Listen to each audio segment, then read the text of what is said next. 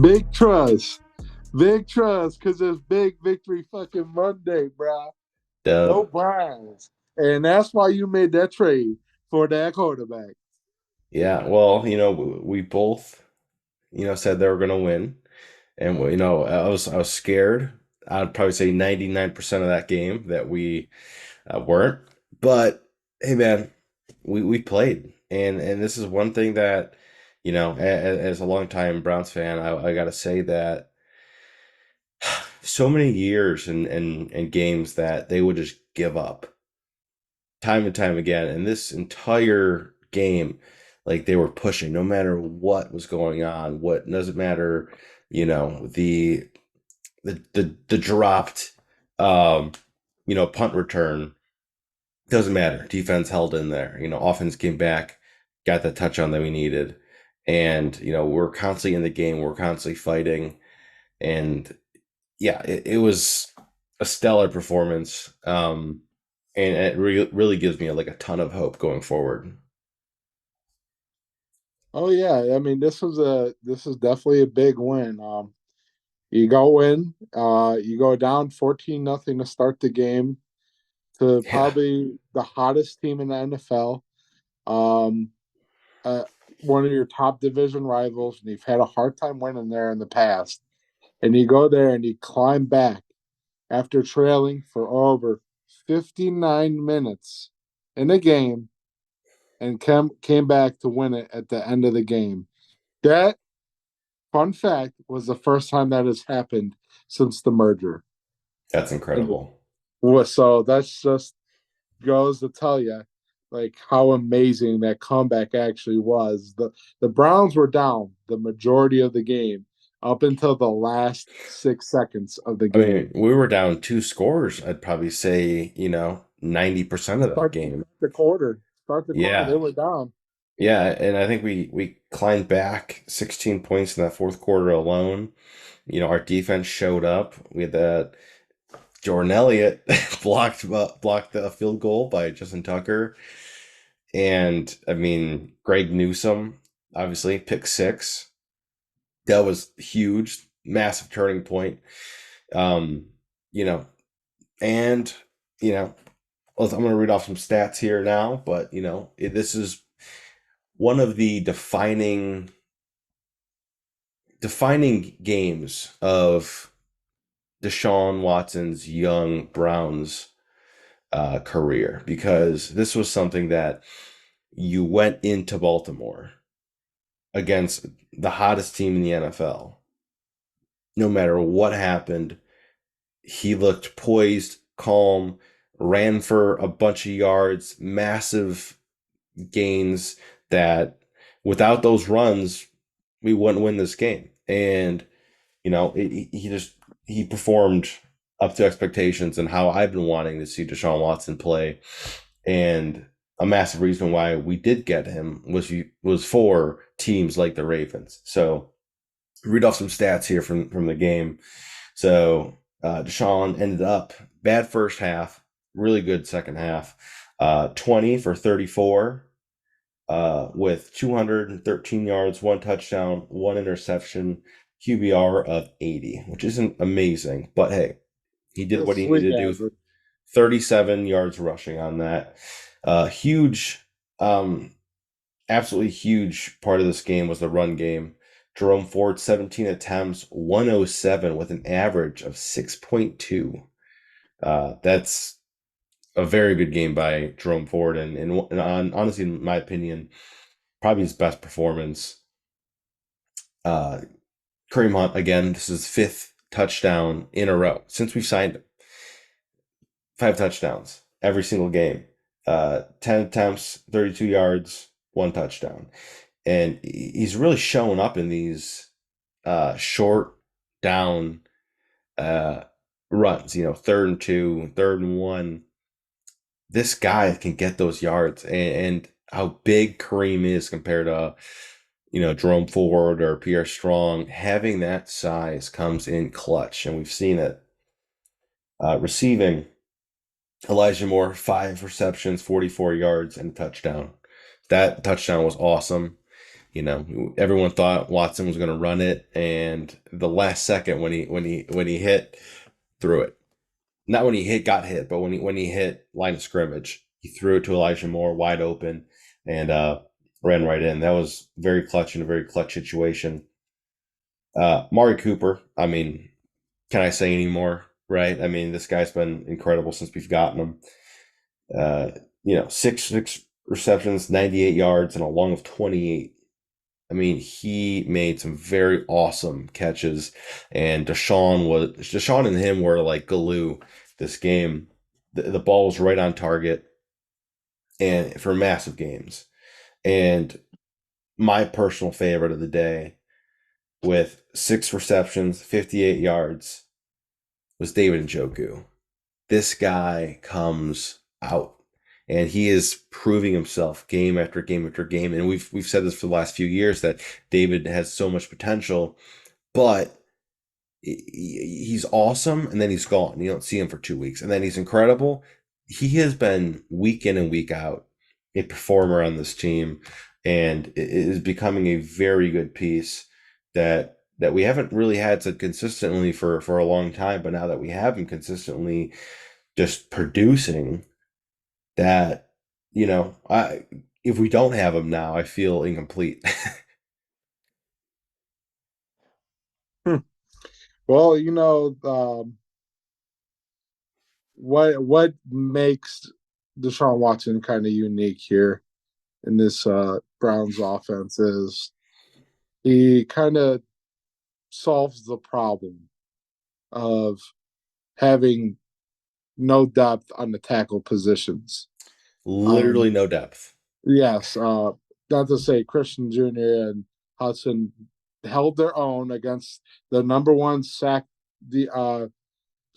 producing defense in the Baltimore Ravens and number one in quarterback pressures.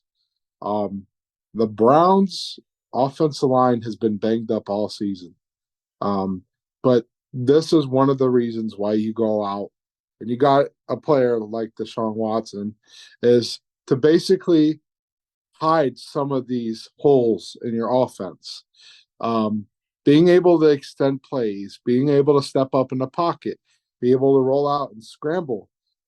This helps your offensive line incredibly because where there might be pressure in the pocket, Deshaun's able to maneuver his way in and out of trouble um, Hmm. to make a play, and you see it a lot in this game, Yeah. where the pocket was non-existent at some points, and he was able to make a play on it. For Yeah. example, the little toss to Elijah Moore for the touchdown. I've seen him do it a couple times in Cleveland already, where he's able to extend a play, Yeah. and He it usually makes climbs the pocket and then goes either left or right. yeah, And once he does that, it opens up a whole new part of yeah, football that we have yeah, never seen as a Browns fan. yeah. It makes the defensive backs and the linebackers have to make a choice whether they guard the pass and the receiver or they come down and stop the runner in Deshaun.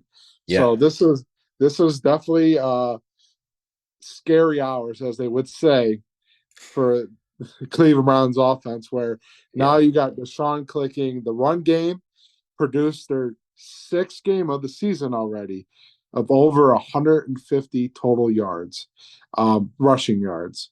And that's without Nick Chubb. That's a big number, and they're still sitting in the top three in rushing this season. And it blows my mind. That's where they're at. But being able to mix and match all these different run styles, including a quarterback that can beat you with his feet, um, Yeah. I really mean, makes this look team. look at the 2 point conversion. Yeah, Look at the 2 point conversion. Same thing. Watson kind of dropped back, saw a big gap, boom, ran right in, got that 2 points like it was nothing. That's what having a guy like him opens up in this offense. And you constantly have that defense questioning, right? It's kind of like, oh, is he going to run this? Oh, nope. Also, Elijah Moore's right there. I'm going to toss it to Elijah Moore.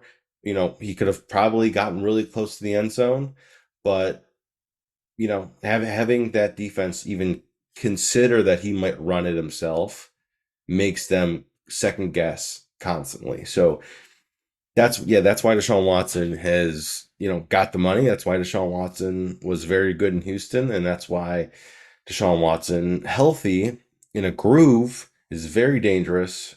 And what we've seen this team start to roll. And the thing is, they say, oh, the 49ers are the best team in the NFL.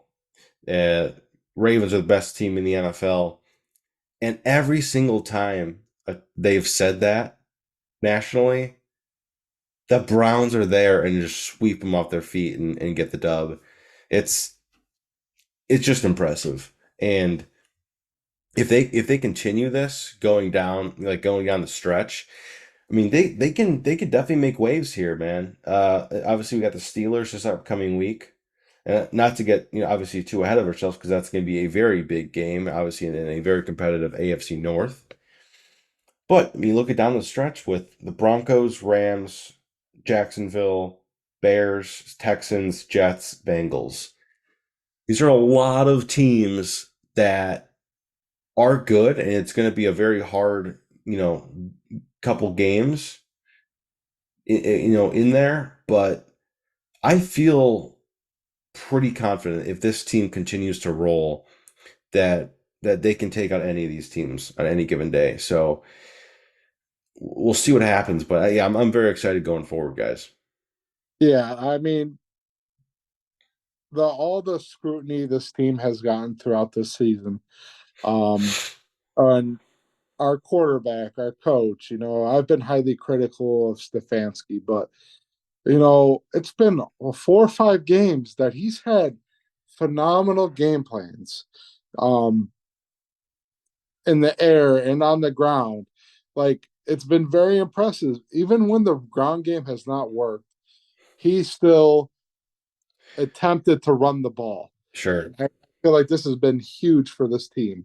They do not falter away from what their identity is. Um, they can beat you in a lot of different ways, and it's crazy that we're even talking about a Browns team like this. Yeah. Um, it's just they have this. Their ID now is like ideal of a team. The identity is like you can go down 14 points, but that doesn't mean you're good. You beat us already. Like, Yeah. I thought You it can't like say that about a lot of teams. yeah, like it was a game of tug of war, and the Browns got to the end of the rope, but they never let go. Yeah. And that's where what we saw yesterday in this Browns team.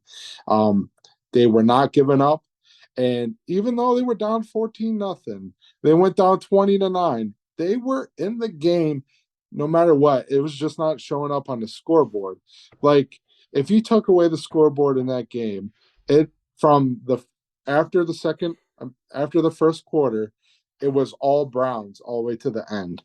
Yeah. Um, as far as the passing game, the defense played a lot better. The Browns moved the ball all over the Ravens in the second Yeah. half. That's one thing we've seen really all year is, if the defense starts to kind of, oh, they let this happen. I don't know what Jim Schwartz does in that halftime, but that dude puts in work clearly. And makes adjustments, key adjustments that he's been seeing throughout the first half, makes them, and they've been working. Whatever they are, he's been doing a phenomenal Yeah. job with that defense, and so it continues to improve week by week. And even from stuff that you saw in the last Ravens game. So that's why this upcoming week against the Steelers, I'm really excited to see what he has seen and what he's going to make these adjustments to get better, that we can really break down Kenny Pickett, break down Najee Harris, and stop George Pickens, which hasn't been a problem the last few weeks. I have him in fantasy, but Deontay Johnson, so yeah. And another thing I want to point out in this game was later on in the game. It said a couple weeks ago against Seattle, we were complaining about a 3rd and 3, right? Well, because it's a bad play call, and I mentioned this to you yesterday when we talked, was that there was a 3rd and 2, and I feel like at this point in the game, everyone's like, all right, you got to watch out for either run, you got to watch out for David Njoku. The short passes to Njoku has been detrimental to get a yard or two or let him just freaking go. And they lined him on the left hand side off the ball or off the line, thinking like he's gonna either do something to the left hand side, right? Defense is probably thinking multiple different things what he can do right now. But what they did was when they snapped it, they brought him over to the right and used him as the lead block for Jerome Ford, getting the first down. And that's something that was sneaky smart, to basically have that as kind of a decoy of like, we're probably going to pass it or run it. Like, let the Ravens defense decide that. But not only that, but have him come in motion after they snap the ball to be the lead block. So they're still questioning it, thinking that he's going to go this way and be open for a pass, but then he's going to smack the guy, opening up the hole for Jerome Ford to get that first down. And very, very awesome, play design that really caught me off guard, because I was like, oh, they're going to do something here. I don't know what it is. And what I thought was not going to be it. So I was very, very pleased with that. Well, the Browns get a big rivalry game, add another win in the AFC North. In the AFC, they move up in the wild card, and they look to really make a really big name for themselves this upcoming week against the Steelers. You have the Cincinnati Bengals heading to Baltimore this week. Thursday night. After the Titans, they can snag a win against Jacksonville, and the Chiefs lose on Monday Night Football to the Eagles. The Browns can very well have a shot at first place in the AFC. That sounds like, I can't wait to, like, this is like the pieces that you throw together to be like, oh, we might make the playoffs. But it's a possibility. We'll see what happens. I'm obviously very excited for this upcoming week. Excited to see Thursday Night Football, because said both games are, AFC North versus AFC North. So, yeah, a lot of good things to come out of this week, and I'm excited to see if they continue down the road to really get this team rolling. So, with that being said, thank you everyone. Till next week, or later on in the week, might say, for the Steelers preview. Thanks everyone. Bye. Go Browns. Go Browns.